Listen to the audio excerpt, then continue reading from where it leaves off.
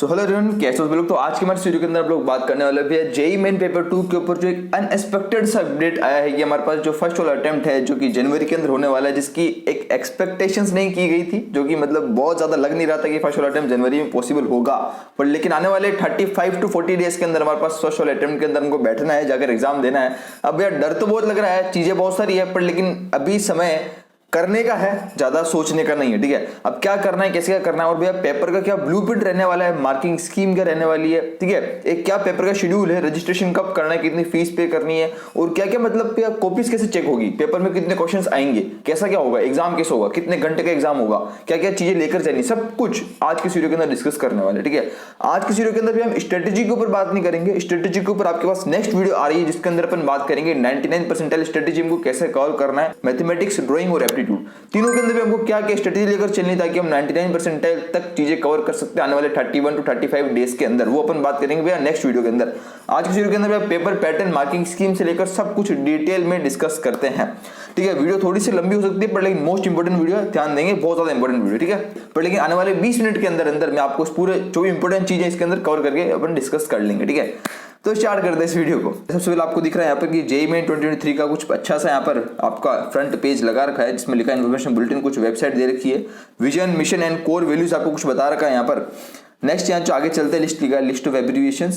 Next चलते हैं कि यहाँ पर कुछ टेबल ऑफ कंटेंट्स दे रखा है जिसके अंदर आपको बता रखा है ये चीज देखने को मिलेगी। तो सबसे पहले अपन बात करेंगे important information at a glance, जो कि यहाँ पर दे रखा है इंपोर्टेंट डेट्स के बारे में। वैसे तो अपन लास्ट वीडियो के अंदर एक शॉर्ट वीडियो के अंदर एक नोटिस आपको मैं बता चुका था कि क्या क्या इंपोर्टेंट डेट्स इस बार की है, एग्जाम कब है। एक बार अगर अपन नजर डालें तो सेशन नंबर 1 जो आपका फर्स्ट वाला अटेम्प्ट होने वाला है जनवरी के अंदर, उसके जो एप्लीकेशन फॉर्म है अभी ऑलरेडी स्टार्ट हो चुके हैं 15 दिसंबर 2022 से, और जो लास्ट डेट अप्लाई करने की वो है 12 जनवरी तक आप अप्लाई कर सकते हो। ठीक है, और 12 जनवरी तक रात को 11:30 बजे तक आपको फीस जो है पे करने का मौका दिया गया, टाइम दिया गया 11:50 PM तक। नेक्स्ट बात करते हैं आपके पास यहाँ पर एग्जामिनेशन जो सिटी है वो एडमिट कार्ड के पहले ही बता दी जाएगी, सेकंड वीक ऑफ जनवरी के अंदर, और थर्ड वीक ऑफ जनवरी के अंदर आपको एडमिट कार्ड डाउनलोड करने के लिए दे दिया जाएगा। उसके बाद है 24 से लेकर 31 जनवरी तक हमारे एग्जाम शेड्यूल किए गए हैं एग्जाम की डेट से। अब यहाँ पर सवाल बहुत बड़ा आ रहा है कि भैया बीआर की अगर बात करें जेईई मेन पेपर 2 की, तो वो एग्जाम कब है। ठीक है, बाकी तो 6 से 7 दिन एग्जाम चलेगा पेपर नंबर 1 बीटेक का, पर लेकिन बीआर का एग्जाम भैया 2 ऑप्शन होते हैं,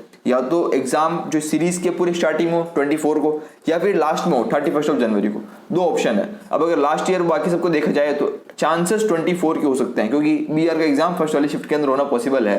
तो 24 जनवरी को अगर मान के चलें तो हमारे पास भी अब टाइम 5 दिन तो ऑलरेडी यहाँ पर कम हो गए अगर इसके हिसाब से देखें तो, यानी कि मोटा मोटा 1 महीना ही बचा है। बस जो भी करना है 1 महीने के अंदर अंदर करना है। ठीक है, नेक्स्ट चलते हैं। यहाँ पर बोला है कि सेशन नंबर 2 के बारे में बात करें कि सेशन नंबर 2 के अंदर जो एप्लीकेशन फॉर्म है वो 7 फेब से लेकर 7 मार्च तक निकाले जाएंगे। यहाँ पर बहुत बड़ा सवाल एक और यहाँ पर जो है स्टूडेंट्स का आ रहा था कि भैया सेशन नंबर 2 यानी कि सेकंड वाला अटेम्प्ट, इसके लिए हमको कब अप्लाई करना है, अलग से अप्लाई करना है, इसी के साथ अप्लाई करना है, कब करना है। तो यहाँ पर क्लियरली मेंशन कर दिया है कि सेकंड सेशन यानी कि सेकंड अटेम्प्ट के लिए आपके पास अलग से रजिस्ट्रेशन पोर्टल खोला जाएगा। अभी आपको ओनली सेशन नंबर 1 के लिए ही अप्लाई करना है, 2 के लिए भी अप्लाई नहीं करना है। तो 2 के लिए यहाँ पर 7 फेब से लेकर 7 मार्च तक यहाँ पर अप्लाई करने का मौका आपको दिया जाएगा। उसके बाद इसके अंदर भी same examination of cities admit card आपको मिलेगा, देखने को मिलेगा। उसके बाद जो एग्जामिनेशन डेट है वो है 6 अप्रैल से लेकर 12 अप्रैल तक, 6, 7, 8, 9, 10, 11, 12 अप्रैल को सेकंड वाला अटेम्प्ट कराया जाएगा, शेड्यूल किया गया है according to latest update. Next चलते हैं यहाँ पर नंबर सी जो इसमें पॉइंट आता है वो है duration of examination for each session of JEE main 2023। यहाँ पर कितना भी हमको टाइम मिलेगा एग्जाम के अंदर वो बात कर लेते हैं। अगर आप पेपर नंबर 1 दे रहे हो, या फिर पेपर नंबर 2 दे रहे हो, या फिर पेपर नंबर 2B दे रहे हो, बी प्लानिंग, कोई सा भी एक पेपर दे रहे हो, एनी वन पेपर, तो उसके अंदर हमको डेफिनेटली 3 घंटे मिलेंगे एग्जाम को। ठीक है, एक 3 घंटे मिलता है जनरली, सब एग्जाम में होता है 3 घंटे को दिखेंगे। उसके बाद यहाँ पर बहुत जो चीज इंपॉर्टेंट है वो ये है कि ऐसे स्टूडेंट जो कि बी आर और बी प्लानिंग दोनों एग्जाम देने जा रहे हैं, paper number 2A B R और paper number 2B B planning दोनों एग्जाम अगर दे रहे हैं तो उनको यार यहाँ पर आधा घंटा एक्स्ट्रा मिलेगा, क्योंकि वो 2 एग्जाम दे रहे हैं। ठीक है, तो 3 आवर 30 मिनट्स उनको दिए जाएंगे। नेक्स्ट बात करते हैं timing of examination for each session in JEE main 2023। Timing की अगर बात करते हैं यहाँ पर डेट ड्यूरिंग ऑफ एग्जामिनेशन आपको 3 घंटे का होगा पेपर, और 3 घंटे के अंदर जो पहली शिफ्ट होगी मॉर्निंग शिफ्ट उसका टाइम होगा 9 AM से लेकर 12 PM तक। उसके बाद जो सेकंड वाली शिफ्ट होगी उसका टाइम होगा 3 PM से लेकर 6 PM तक। ये टाइम हमारे पास जो है जनरली हर बार रहता है, सेम लास्ट ईयर का जैसा सब कुछ इस बार वही रहने वाला मोस्टली। नेक्स्ट चलते आगे बढ़ते हैं। जो यहाँ पर बोला गया है fee payable for JEE main 2023, आपको अप्लाई करते समय आप जो रजिस्ट्रेशन आप करोगे या फिर कर रहे हो आप, उसके अंदर आपके पास कितना फीस पे करनी है। अगर आप एक पेपर के लिए अप्लाई कर रहे हो, ओनली पेपर नंबर 1 या फिर ओनली पेपर नंबर 2 बीआर या फिर only paper number 2B B planning, एक पेपर के लिए आपके पास जो जनरल ओबीसी ईडब्ल्यूएस के लिए जो है हमारे पास 1000 rupees for male at 800 rupees for female.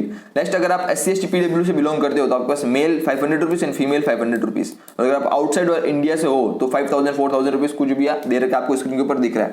Next बात करते हैं, अगर आप कोई भी 2 पेपर चूज करते हो या फिर 3 पेपर चूज करते हो एक साथ दे रहे हो, या फॉर एग्जाम्पल हमने चूज किया भैया B BTech plus B Arch 2 exam देने साथ में, या फिर B BTech plus B planning, या फिर B Arch plus B planning, या फिर B BTech B Arch B planning, तीनों एग्जाम साथ में भी देते हो तो भी इन सभी केस के अंदर आपको जनरल ओबीसी ईडब्ल्यूएस के लिए male 2000 rupees and female 1600 rupees, same SC ST PW के लिए male 1000 rupees and female 1000 rupees लगाएगा, ठीक है। और थर्ड जेंडर की तो क्या ही बात करें, इसकी बात नहीं करेंगे, आगे चलते हैं।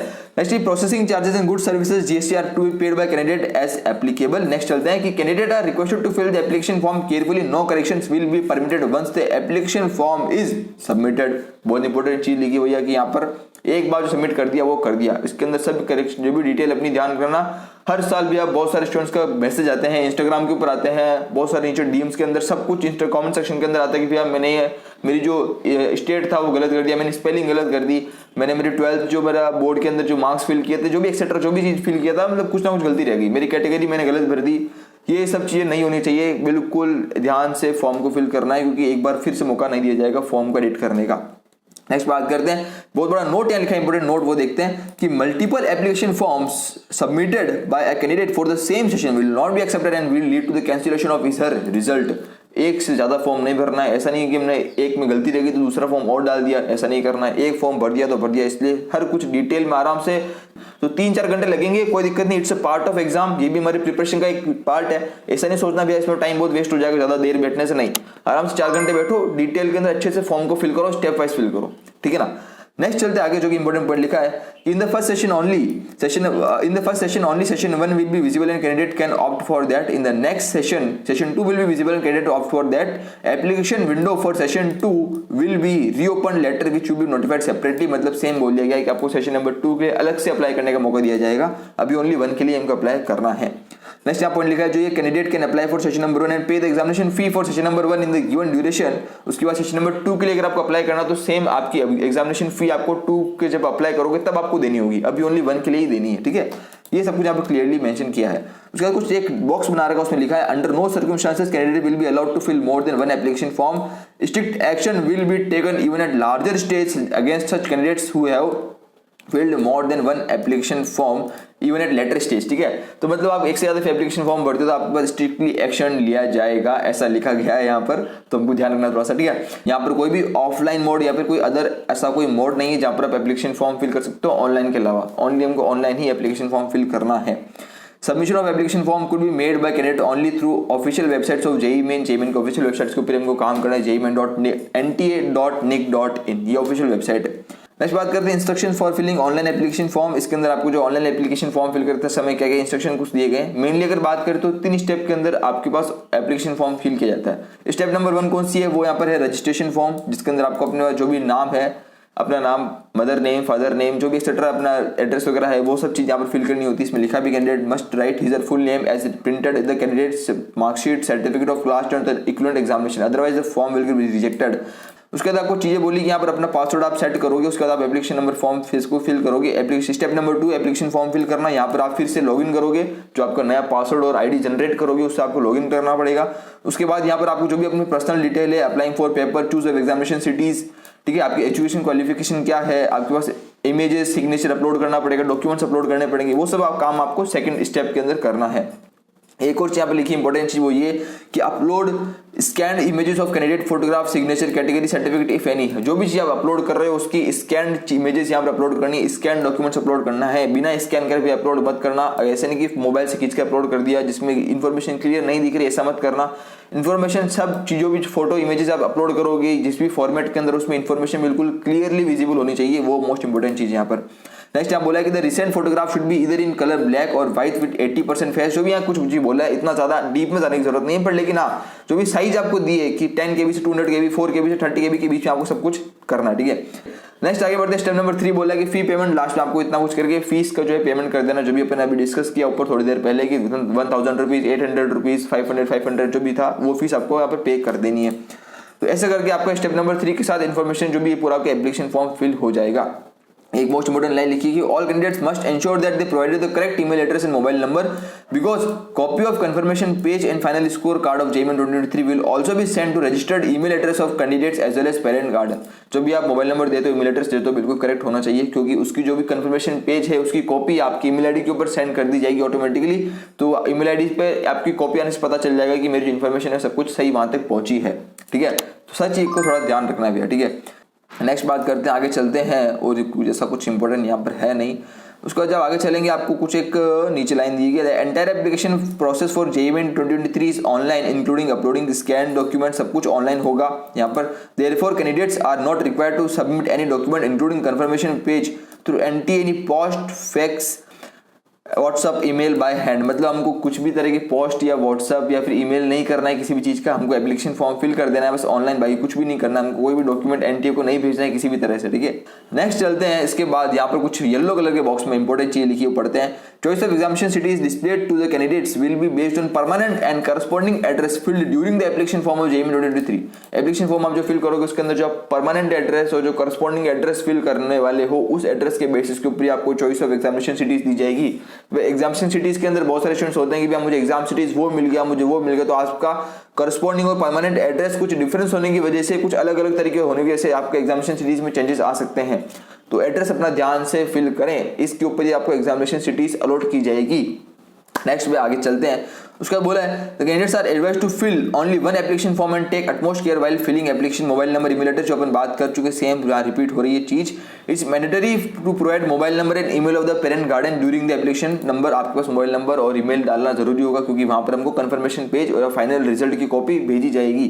ठीक है, नेक्स्ट बात करते हैं। यहाँ पर ब्रीफ एडवाइजरी कुछ दे रखी है एक बॉक्स के अंदर ग्रे कलर में कि candidates are advised to carry only the following items with them. जो भी एग्जामिनेशन सेंटर पे क्या क्या लेकर जाना है वो यहाँ लिखा है। ये खैर अपन एग्जाम से एक दिन पहले, 2 दिन पहले वीडियो के अंदर बात करेंगे कि भाई क्या क्या चीज़ हमको लेकर जानी है, पर इसमें जो लिखा है देखेंगे कि एडमिट कार्ड लेकर जाना है जो आपको मिलेगा बाद में, एक सेल्फ डिक्लेरेशन फॉर्म जो इसके अंदर आपको एक परफॉर्मा दिया होगा, अंडरटेकिंग।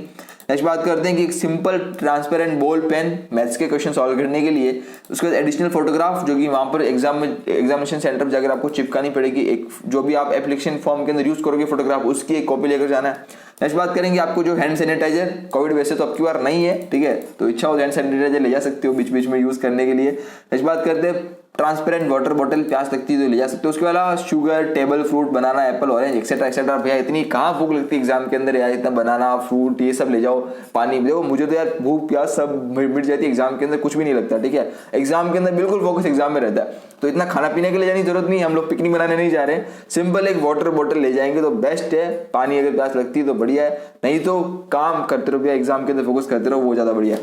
ठीक है, तो ये सब कुछ चीज लिखी है। उसके अंदर अगर अपन BR के ऊपर पर्सनल अगर बात करें, इसको अलावा अगर थोड़ा पर्सनल बात करें तो BR के अंदर क्या करना है, ड्राइंग आती है। तो ड्राइंग के अंदर हमको क्या करना है, पेंसिल, स्केच, जो हमारे स्केच पेन है और जो पेंसिल कलर है, जो हम कलर यूज करने वाले हैं, जो भी रिक्वायर्ड चीज है, रबर, पेंसिल, स्केल, जो भी चीज है हमको ड्राइंग बनाने के लिए रिक्वायरमेंट होगी, वो हम एक्स्ट्रा सामान को कैरी करना, वो यहाँ पर लिखा हुआ नहीं है। ठीक है, तो ये हमको थोड़ा ध्यान रखना है। खैर एग्जाम से 2 से 3 दिन पहले वीडियो बनाकर मैं आपको बता दूंगा, ठीक है, टेंशन नहीं है। अभी के लिए आगे चलते हैं। नेक्स्ट क्वेश्चन बोला वो कि आप किसी भी तरह का यहाँ पर pencil box, handbag, geometry, purse लेकर नहीं जा सकते हो। आपको जो भी क्लियरली एक ट्रांसपेरेंट जो भी चीज पॉलिथीन होगी, ट्रांसपेरेंट जो भी बॉक्स होगा उसमें लेकर जाना होगा, जहां पर आपको पेंसिल, रबर बाहर से दिख रहा होगा कि इसके हाथ में ये सब चीजें हैं। ठीक है, तो ये थोड़ा हमको ध्यान रखना है। उसके बाद candidates are requested to retain a copy of confirmation page, admit card, score card will not be available after 30 June. 30 जून के बाद आपको कुछ अवेलेबल नहीं होगा, ये चीजें बात की बात है। आगे चलते हैं। उसके बाद आपको बोला है चैप्टर नंबर 1 जो कि इंट्रोडक्शन। यार देखो मेन काम होने के बाद इंट्रोडक्शन अब आ रहा है NTA का, ठीक है, जो कि पहले होना चाहिए था।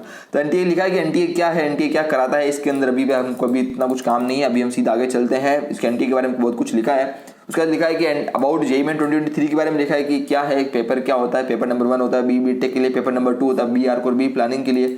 इन्फॉर्मेशन है, जनरल इन्फॉर्मेशन है। इसके ऊपर सीधा चलते हैं यहाँ पर ग्रे कलर के बॉक्स के अंदर, जो कि मोस्ट इंपोर्टेंट चीज लाइन लिखी है। ये इंपोर्टेंट है, मोस्ट इंपोर्टेंट लाइन, ध्यान रखना। JEE 2023 session 4 paper number 1, paper number BTech will be held on 24 से लेकर 31 तक अपन बात कर चुके हैं। और साथ साथ में सेशन नंबर 2 जो है 6 से लेकर 12 अप्रैल तक कराया जाएगा, हम पहले ऑलरेडी बात कर चुके हैं। This is being done to ensure that JEE 2023 does not interfere with board examination which will held at different across the state UT. Board examination जो अप्रोक्सीमेटली फेब मार्च के अंदर बोर्ड एग्जाम होते हैं, तो उसको डिस्टर्बेंस ना हो इसलिए उन्होंने जनवरी और अप्रैल के अंदर किया गया है, पर लेकिन बहुत ज्यादा जल्दी है जनवरी में, वो तो है ही। उसके बाद इसने लिखा है कि paper number 2A, paper number 2B BR be planning will also be held twice a year, January and April. यहाँ बहुत बड़ा क्वेश्चन कि भैया मुझे आए थे लास्ट जो कुछ दिनों में कि भैया पेपर नंबर 2 जो है वो सेशन नंबर 1 और 2 के अंदर दोनों में होगा या ओनली 1 में ही होगा या ओनली 2 में होगा। तो डेफिनेटली लिखा है दोनों में कराया जाएगा, तो पेपर नंबर 2B दोनों में होगा, टेंशन नहीं, ठीक है। BR को बी प्लानिंग भी आपको 2 मौके दिए जाएंगे। नेक्स्ट बात करते हैं नंबर 2 जो लिखा है वो it has been decided to provide choices in one section of each subject of paper number 1 and paper part 1 of paper 2 and 2B to be cater to the decision of different boards across the country regarding the reduction of the syllabus। जो कि हमारे पास Covid के अंदर जो syllabus के अंदर reduction कुछ हुआ था उसके अंदर उसके लिए आपको एज ऑप्शन में कुछ दे दी जाएंगे किसी भी सेक्शन के अंदर, पेपर नंबर 1 के अंदर पार्ट 1 और पेपर नंबर 2 2B के जो पार्ट नंबर 1 है उसके अंदर आपको जो मैथमेटिक्स वाला सेक्शन है उसके अंदर एज ए ऑप्शन के लिए आपको जो क्वेश्चन कुछ और में दिए जाएंगे ऑप्शन के अंदर। खैर हम आगे चलते हैं। मोस्ट इंपोर्टेंट चीज जो स्टार्ट होती है अब एग्जामिनेशन स्कीम के बारे में, इसको डिस्कस करते हैं, बहुत ध्यान देंगे, बहुत मोस्ट इंपोर्टेंट है। वो ये कि JEE 2023 will be conducted following mode. आपका ऑनलाइन एग्जाम होगा paper number 1 BE BTech, paper number 2 है BR मैथमेटिक्स पार्ट 1 जो कि ऑनलाइन होगा, पार्ट नंबर 2 जो होगा वो एप्टीट्यूड का एग्जाम होगा, एप्टीट्यूड टेस्ट जो भी कंप्यूटर बेस्ड टेस्ट ऑनलाइन होगा मतलब CBT। नेक्स्ट बात करते हैं ड्राइंग टेस्ट जो कि एकमात्र टेस्ट है ड्राइंग जो कि ऑफलाइन होता है।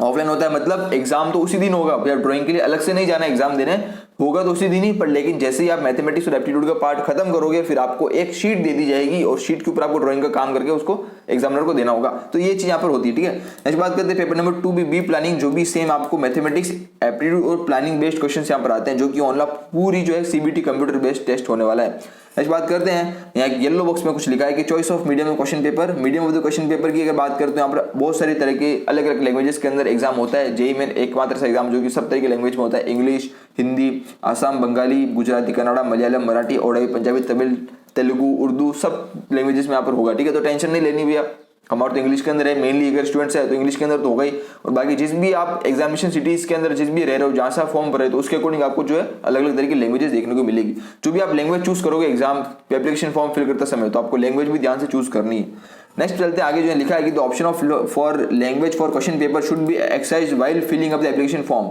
एप्लीकेशन फॉर्म को फिल करते समय आपके पास लैंग्वेज पूछी जाएगी जो अपन बात कर चुके हैं। Please note that for the correctness of the question in all the question paper the English version will be taken as final. मतलब बोला गया है कि आपके पास अगर कोई भी करेक्शन होता है एग्जाम के अंदर फॉर्म के अंदर या फिर एग्जाम में एग्जाम क्वेश्चन पेपर के अंदर क्वेश्चन में, तो जो भी क्वेश्चन इंग्लिश लैंग्वेज में होगा उसको फाइनल कंसिडर किया जाएगा, बाकी अदर लैंग्वेजेस का फाइनल कंसिडर नहीं किया जाएगा। तो ये यहाँ पर चीज मेंशन करी जो कि इंपॉर्टेंट है। नेक्स्ट चलते scheme of examination, most important examination की स्कीम क्या है, कितने क्वेश्चंस रहेंगे और कैसे क्या रहेगा। वो लिखा है कि BE BTech के अंदर मैथमेटिक्स फिजिक्स केमिस्ट्री होने वाली है जिसके अंदर सब कुछ जो है CBT कंप्यूटर बेस्ड टेस्ट होगा। BR के अंदर मैथमेटिक्स होगा जो कि कंप्यूटर बेस्ड टेस्ट होगा और एप्टीट्यूड टेस्ट होगा पार्ट नंबर 2 जो कि CBT कंप्यूटर बेस्ड टेस्ट होगा। और नेक्स्ट बात करते हैं पार्ट नंबर 3 ड्राइंग है जो कि हमारे पास क्या है पेन पेपर बेस्ड है, offline mode to be attended on a drawing sheet of A4 size. A4 size की ड्राइंग शीट आपको दी जाएगी 2 यहाँ पर, जिसके अंदर आपको क्या करना है ड्राइंग को करके देना है। इसके लिए आपको वहां पर ये है जो भी क्वेश्चंस होगा ड्राइंग का वो आपको कंप्यूटर स्क्रीन में दिखाई देगा।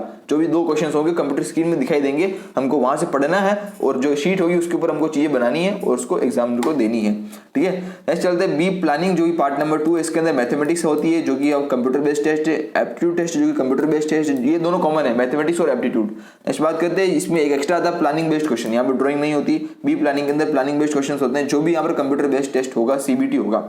नेक्स्ट चलते आगे जो कि हमारे पास लिखा है कि मोस्ट इंपोर्टेंट क्वेश्चंस के बारे में कि भाई एग्जाम का पैटर्न क्या रहता है वो बात करते हैं। नेक्स्ट बात करते हैं अगर BE BTech की अगर बात करें तो BE BTech के अंदर आपके पास फिजिक्स केमिस्ट्री मैथमेटिक्स हमको देखने को मिलती है जिसके अंदर हर एक सेक्शन के अंदर 20 क्वेश्चंस होंगे जो कि MCQs होंगे।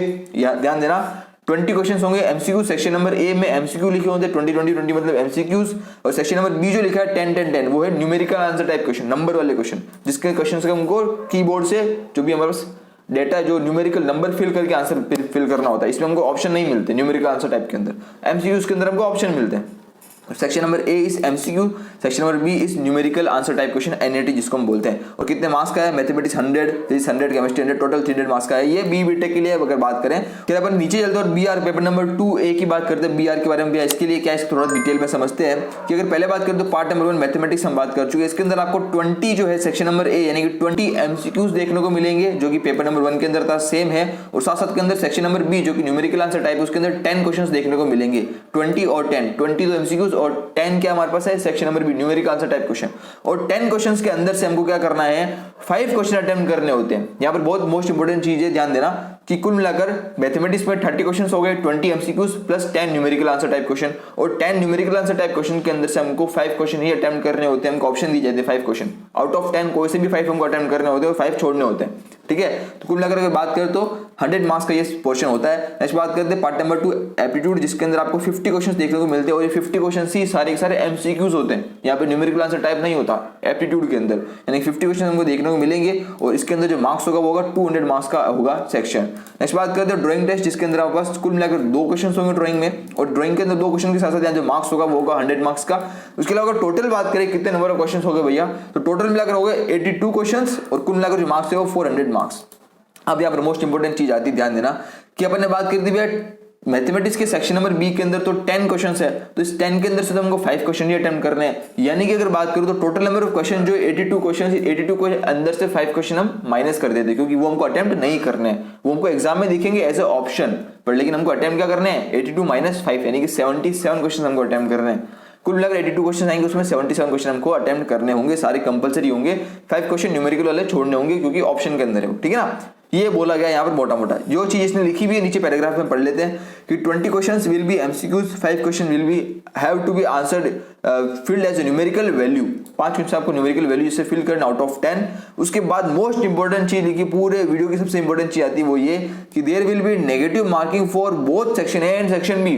आज से 2 साल पहले सेक्शन नंबर 1 के अंदर नेगेटिव मार्किंग होती थी एमसीक्यू के अंदर, section number B numerical answer type वाले में नहीं होती थी हमारे समय में, पर इस बार कंपटीशन जितना बढ़ गया ना, खैर कंपटीशन बढ़ेगा तो सबके लिए बढ़ रहा है, पर section number B numerical answer type के अंदर भी यहाँ पर नेगेटिव मार्किंग इस बार रहने वाली है।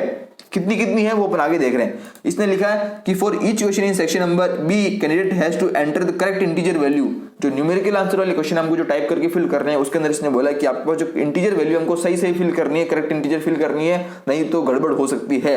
उसने एक और चीज बोली है कि आपके पास जो आपकी कंप्यूटर स्क्रीन होगी उस कंप्यूटर स्क्रीन के अंदर वर्चुअल कीबोर्ड भी आएगा, तो आप माउस से वर्चुअल कीबोर्ड को यूज करते हुए भी नंबर फिल कर सकते हो। नेक्स्ट बात करते इसने लिखा है the answer should be rounded off to the nearest integer. आप नियरेस्ट इंटीजर तक आंसर को राउंड ऑफ करें। ठीक है, जैसे फॉर एग्जांपल आपका आंसर है 8.92, तो अगर आपने लिखा है कि 8.90 या फिर 8.91, 8.93 तो आंसर आपको सही होगा, कोई दिक्कत नहीं। पर लेकिन अगर कुछ 7.2, 7.8 चला गया, अगर बहुत ज्यादा फर्क पड़ गया तो गलत हो सकता है। बट है कि डेसिमल के राइट और डेसिमल के लेफ्ट वाला इंटीजर है ना, एक इंटीजर वो सेम होना चाहिए बस। नेक्स्ट बात करते हैं कि इसमें लिखा मार्किंग स्कीम वो एमसीक्यूज। अब लिखा है कि देखो मार्किंग स्कीम क्या रहने वाली वो ध्यान देंगे। इसमें लिखा है कि देखो करेक्ट आंसर करने के ऊपर हमको एमसीक्यूज में +4 मार्क्स मिलेगा, और आंसर अगर गलत हो जाता है बाई चांस तो हमको -1 -1 मार्क्स कैंसिल काट लिया जाएगा, -1 नेगेटिव मार्किंग होगी एमसीक्यूज के लिए।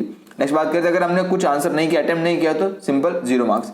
नेक्स्ट लिखा है कि marking scheme for question for which answer is numerical value, जिसके अंदर हम बात करें हमको ऑप्शन नहीं मिलेंगे, न्यूमेरिकल वैल्यू वाले क्वेश्चंस होंगे।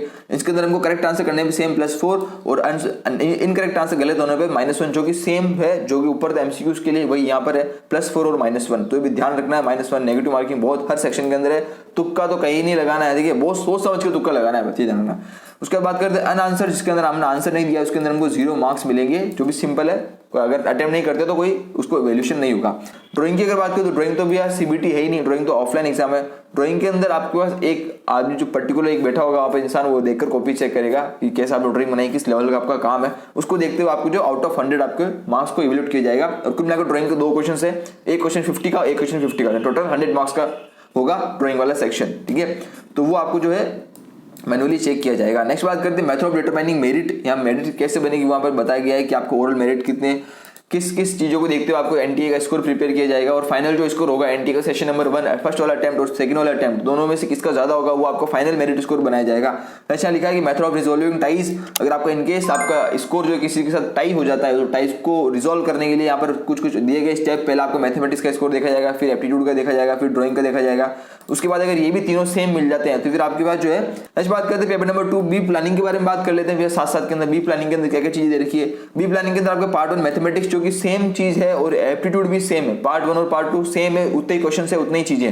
नेक्स्ट पार्ट नंबर 3 जो बी प्लानिंग, यहाँ पर बी प्लानिंग के अंदर आपको 25 क्वेश्चन देखने को मिलते हैं, ड्राइंग की जगह बी प्लानिंग है, और बी प्लानिंग में 25 क्वेश्चन देखने को मिलेंगे और 25 के 25 ही एमसीक्यूज होंगे। ठीक है, मतलब एक चीज क्लियर है कि numerical answer type question only mathematics के अंदर ही है, बाकी सब में एमसीक्यूज है। एप्टीट्यूड के अंदर बी प्लानिंग सब में एमसीक्यूज है। नेक्स्ट बात करते हैं, ये भी जो इसका जो हमारे पास सेक्शन है वो 100 मार्क्स का होगा, टोटल मिलाकर 400 मार्क्स का एग्जाम होगा। सेम नीचे यहाँ पर इस वाले पैराग्राफ में भी सेम चीज लिखी है जो ऊपर लिखी थी कि आपके पास जो है दोनों सेक्शन के अंदर नेगेटिव मार्किंग होगी, और नेगेटिव मार्किंग के अंदर इसमें बी प्लानिंग जो इसके अंदर सेक्शन नंबर 3 इसमें पार्ट जो 3 था बी प्लानिंग वाले क्वेश्चन 25 क्वेश्चन उसके अंदर भी नेगेटिव मार्किंग होगी। और यहाँ पर अगर टोटल नंबर ऑफ क्वेश्चन की बात करें तो डेफिनेटली ज्यादा होंगे, क्योंकि यहाँ 25 क्वेश्चन बी प्लानिंग के भी ऐड हो गए हैं, यानी कि कुल मिलाकर अगर बात करें तो 105 क्वेश्चन यहाँ पर टोटल है। 105 के अंदर से हमको कितने अटेम्प्ट करने हैं, कुल मिलाकर 100 क्वेश्चन ही अटेम्प्ट करने हैं, क्योंकि 5 क्वेश्चन तो न्यूमेरिकल आंसर टाइप के ऑप्शनल होंगे जो कि हमको छोड़ने आउट ऑफ 10, ठीक है, मैथमेटिक्स वाले पार्ट के अंदर। तो उम्मीद करता हूं आप लोग सब कुछ एकदम दिमाग में पूरा पैटर्न, पेपर पैटर्न पूरा क्लियर है, ठीक है ना। Last year before last year भी सेम बिल्कुल पेपर पैटर्न है जब से कोविड आया, तो डेफिनेटली अगर आप लास्ट के 2 साल के 3 साल के पेपर भी देखोगे तो आपको बिल्कुल सेम पैटर्न देखने को मिलेगा, ठीक है। आने वाले समय के अंदर भी अपन पेपर के ऊपर बात करेंगे, टेंशन नहीं है, लेवल ऑफ क्वेश्चंस के ऊपर सब चीजों के अंदर आने वाले वीडियोस के अंदर आपको देखने को मिलेगा, टेंशन नहीं, ठीक है। अभी अपन ये सिर्फ मोटा मोटा हमारे दिमाग में जो ये क्लियर हो गया है कि कैसे क्या पैटर्न रहने वाला है, कितने नंबर ऑफ क्वेश्चन आएंगे, कितने का अटेम्प्ट होने वाला है। नेक्स्ट चलते आगे कि इसके अंदर पूरा मार्किंग स्कीम और सब कुछ इसमें भी सेम है कि आपको कितने सही करने पे कितना मिलेगा, गलत करने पे अनआंसर मार्क फॉर रिव्यू कितना क्या होगा, वो सब कुछ सेम है, सब कुछ यहाँ पर सेम है। नेक्स्ट चलते हैं आगे, इसने लिखा important note for multiple choice question. अगर अपन मल्टीपल चॉइस की बात करें तो इन्होंने लिखा है कि आपके पास जो भी इवोल्यूशन होगा, जो भी आंसर की जो मार्क जो कॉपीज चेक होगी, जो भी आप आंसर चेक होंगे, उसके अंदर इन्होंने लिखा है कि यहाँ पर जो आप most appropriate answer multiple choice के अंदर भी 4 ऑप्शन के अंदर से एक ऑप्शन सही होता है, उस एक ऑप्शन के अंदर से हमको एक ऑप्शन सेलेक्ट करना है, ठीक है। अगर सही हुआ तो हमको डेफिनेटली +4 मार्क्स दिए जाएंगे, और अगर गलत हुआ तो -1, और अगर अनआंसर मार्क फॉर रिव्यू अगर हमको अटेम्प्ट नहीं किया है तो 0 मार्क्स। उसके बाद इन्होंने एक और चीज लिखी है कि अगर आगे से एनटी वालों की तरफ से क्वेश्चन पेपर के अंदर से कुछ मिस्टेक रहती है, कुछ करेक्शन रहता है, जो कि हमको पेपर के बाद पता चलता है, हर साल 1 या 2 क्वेश्चन ऐसा निकल जाते हैं जो कि गलत होता है, जिसमें ऑप्शन हो सकता है उस एक ऑप्शन की वजह से 2 ऑप्शन सही हो उसमें, या फिर 3 ऑप्शन सही हो, मोर देन 1 ऑप्शन सही हो। मल्टीपल चॉइस तो क्वेश्चन होगा पर उसमें मोर देन 1 ऑप्शन सही हो, पर लेकिन हमको पता नहीं हो, कंफ्यूज हो गया हो। पर लेकिन अगर इस केस के अंदर हमने अगर उस क्वेश्चन को अटेम्प्ट किया है और उसके अंदर से जो हमने आंसर लगाया है वो सही है, तो हमको डेफिनेटली +4 मार्क्स दिया जाएगा। ये इनका कहना है, इन्होंने लिखा है if more than 1 option is found to be correct then +4 marks will be awarded to only those who have marked any of the correct option. अगर आपके पास एग्जाम के अंदर कुछ करेक्शन होता है एग्जाम ऑप्शन के अंदर और उसके अंदर मोर देन 1 ऑप्शन करेक्ट है, हमने अगर एग्जाम के अंदर वो करेक्ट वाला ऑप्शन अगर लगाया है उनमें से, तो हमको +4 मार्क्स दिए जाएंगे, ठीक है, ये इन्होंने बोला है। उसके बाद बोला है कि if all the options are found to be correct then +4 marks will be awarded to those who have attempted the question.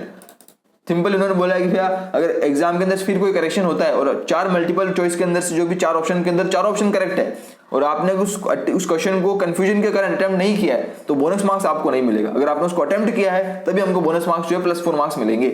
इन्होंने ये चीज क्लियर करी, यानी कि भैया कंफ्यूजन होना तो लग रहा है कि पूरा कॉन्फिडेंस है कि हो सकता है इसमें 3 आंसर सही है या 2 आंसर सही है, गलती हो सकती है उनसे, तो लगा देना।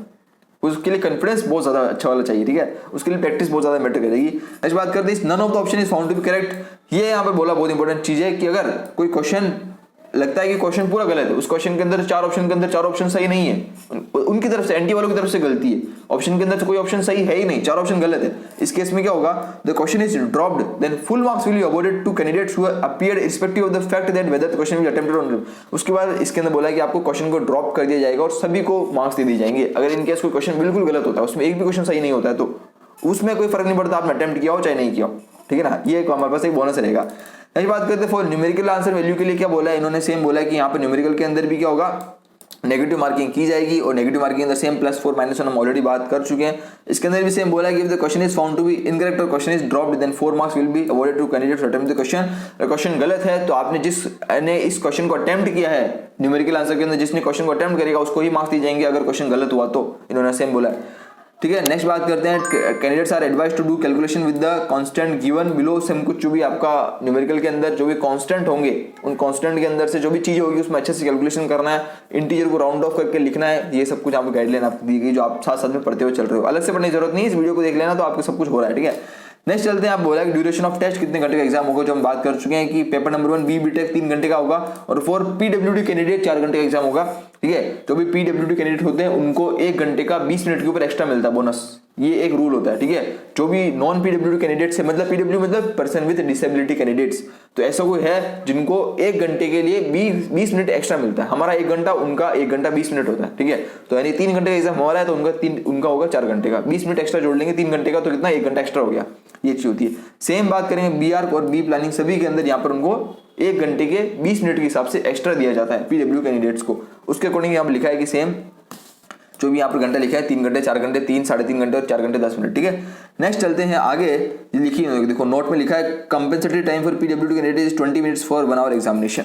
सिलेबस के अंदर क्या क्या चीजें हैं, फिजिक्स केमिस्ट्री मैथमेटिक्स के अंदर कितने क्वेश्चंस क्या आने वाले हैं, क्या क्या टॉपिक्स है, इस बार भी क्या दिया है। नेक्स्ट वीडियो में सिलेबस के ऊपर भी डिटेल में वीडियो आपके पास आ रही है। नेक्स्ट अभी आगे चलते हैं, उन्होंने लिखा है कि एलिजिबिलिटी एंड क्वालिफिकेशन। भैया जानना है पे एलिजिबिलिटी 2 तरह की है। पहली एलिजिबिलिटी ये कि एग्जाम में बैठने के लिए, और सेकंड वाली एलिजिबिलिटी वो है कि एडमिशन लेने के लिए। अब जो एडमिशन लेने वाली एलिजिबिलिटी है कि जब हम एग्जाम हो जाएगा, रिजल्ट आ जाएगा, एडमिशन लेंगे, काउंसलिंग करेंगे, कॉलेजेस में पार्टिसिपेट करेंगे काउंसलिंग के अंदर, वो सब चीज उसकी एलिजिबिलिटी अलग है।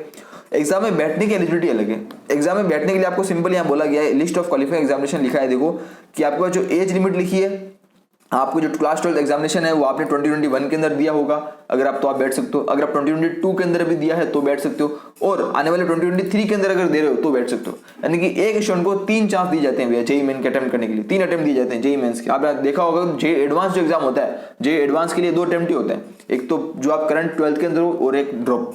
ठीक है, ये तीन ही होते हैं, सॉरी 2 अटेम्प्ट ही होते हैं जेईई एडवांस के अंदर, पर जेईई मेंस के अंदर टोटल 3 अटेम्प्ट होते हैं। नेक्स्ट बात करते हैं लिस्ट ऑफ क्वालिफाइंग एग्जामिनेशन। यहाँ पर 10+2 है, जो भी आपके पास जो भी डिप्लोमा है 10+2 एग्जाम में, जो भी आपने जो कैटेगरी है, जो भी क्लास 12th है, तो एक क्वालिफाइंग एग्जामिनेशन की लिस्ट यहाँ पर दे रखी है। जिस भी स्टेट के आप हो, सीबीएसई बोर्ड हो, आरबीएसई हो, कोई से भी बोर्ड हो, वो सब आप यहाँ पर क्वालिफाइंग एग्जामिनेशन लिखे हुए हैं, दे सकते हो। उसके बाद लिखा है year of appearance qualifying examination. यहाँ सेम लिखा है, सेम जो अभी अपन ने बात करी कि अगर आपने क्लास 12 के अंदर 2021, 2022 या फिर अपीयरिंग इन क्लास 12, 2023, जो भी आप 2023 के अंदर क्लास 12 में अपीयर हो रहा है, इनसे ये सभी तरह के स्टूडेंट जो है एग्जाम दे सकते हैं, एलिजिबल है अपीयर होने के लिए।